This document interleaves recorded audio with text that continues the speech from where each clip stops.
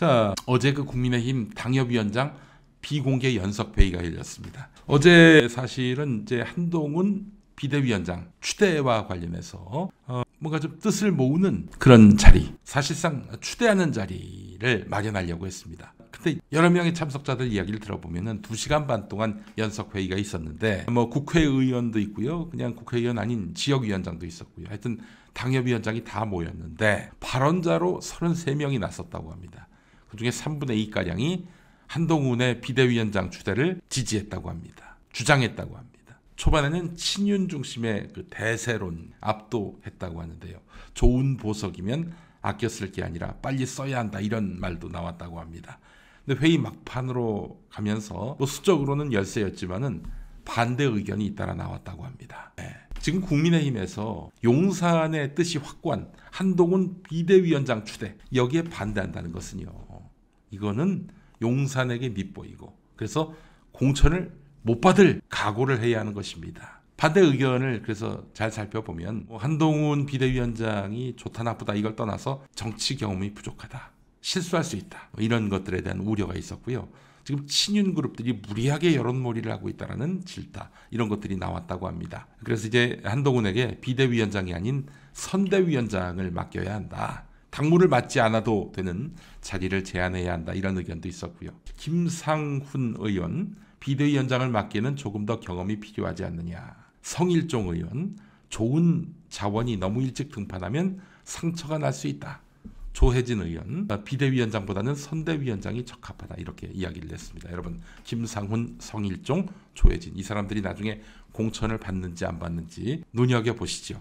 좋은 볼거리가 될 겁니다. 지난 2020년 총선에서 국민의힘이 거의 몰패를 하다시피 했는데 이 와중에도 당선된 사람들이란 말이죠. 이 사람들이 나중에 공천을 받을 수 있을까요? 되게 당선되기 좋은 곳에서 이렇게 정치를 하는 사람들인데 말이죠. 자, 하여튼 이들의 이야기를 잘 들어보면은 한동훈을 디스하진 않고 또 용산의 뜻을 거스르지 않으면서도 뭔가 충정 어린 조언을 한 듯한 그 뉘앙스의 말을 했단 말이죠. 그러나 수도권 한 당협위원장은 지금 가장 큰 문제는 수직적 당정 관계인데, 그러니까 당과 용산이 수평적인 관계가 아니라 수직적인 관계라는 거예요.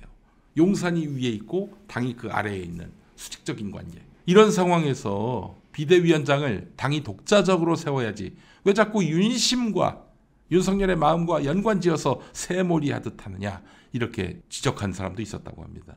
수도권 당협위원장. 수도권은 뭐 진짜 국민의힘에 있어서는 뭐 어마어마한 험지지요. 게다가 또 지금 이렇게 윤석열 심판론이 고조되고 있는 상황에서 이렇게 윤석열의 아바타를 할 수 있는 한동훈을 비대위원장으로 갖다 앉히면은 선거 나가나 마나 라고 생각을 할 수 있는 거예요. 이 이야기를 한 사람이 김근식인 것 같더라고요. 그 송파에. 아이고.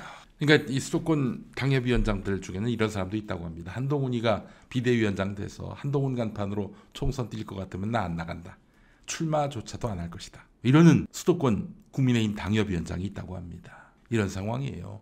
그러니까 지금 윤석열 심판론은 그 어떤 그런 이벤트와 간판으로 분치를 하려고 해도 잘 덮여지지가 않아요.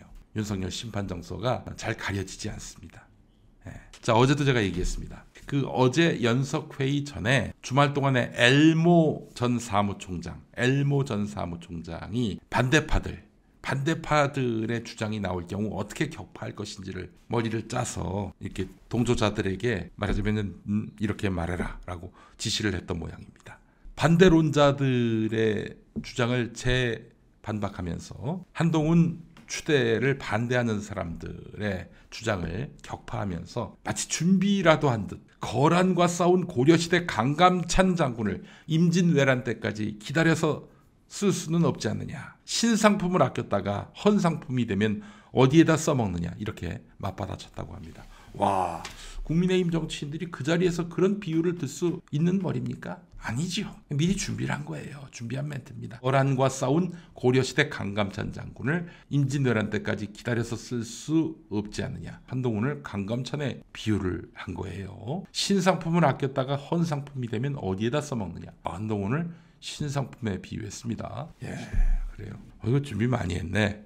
준비 많이 하셨어. 자, 이런 가운데 한동훈이가 이 당내 반발이 있고 또 어제 그 조선 동아일보가 한동훈을 기용하는 것에 대해서, 추대하는 것에 대해서 난색을 표했잖아요. 아니, 새 국민의힘 간판이 또 검사냐. 그래서 뭐 그냥 꽃길이 열리고 막 빨간 카페트가 쫙 그 발 앞에 펼쳐질 줄 알았는데, 이게 갑자기 이제 돌뿌리가, 바리게이트가 나타나니까 이런 말을 합니다. 한동훈이.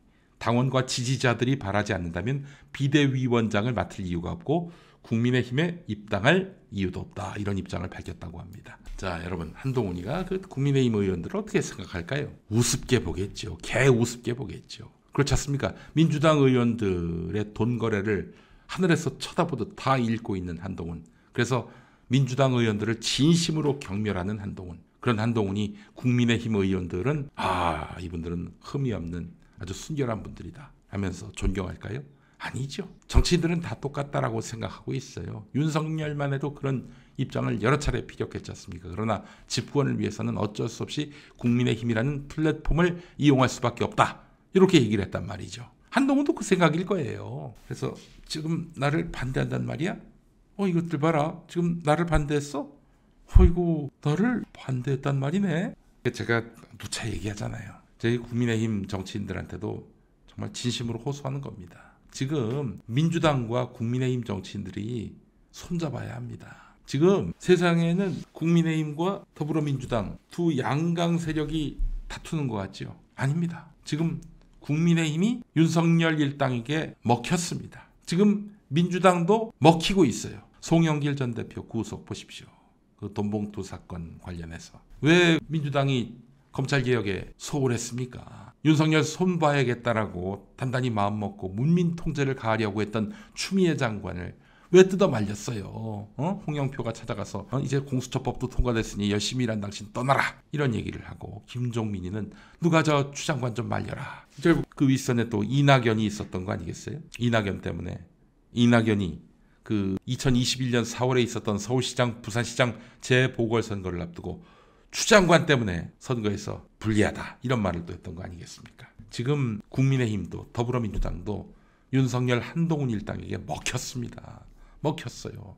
우리 정치가 검찰한테 먹혔습니다. 이게 70, 80년 아니죠. 60, 70, 80, 90년대까지 군부에 의해서 이 나라 정치가 먹혔던 그때 상황과 뭐가 다릅니까? 그때는 군인이었지만 지금은 검사잖아요. 검찰의 캐비넷 그것 때문에 발발 떨면서 할 소리도 못하고 뭔가 이야기하는 정치인은 그냥 또라이 취급하고, 지금 국민의힘 그리고 더불어민주당 당신들은 지금 이 검사들, 검찰 패권주의자들에 의해서 지금 점령당했어요.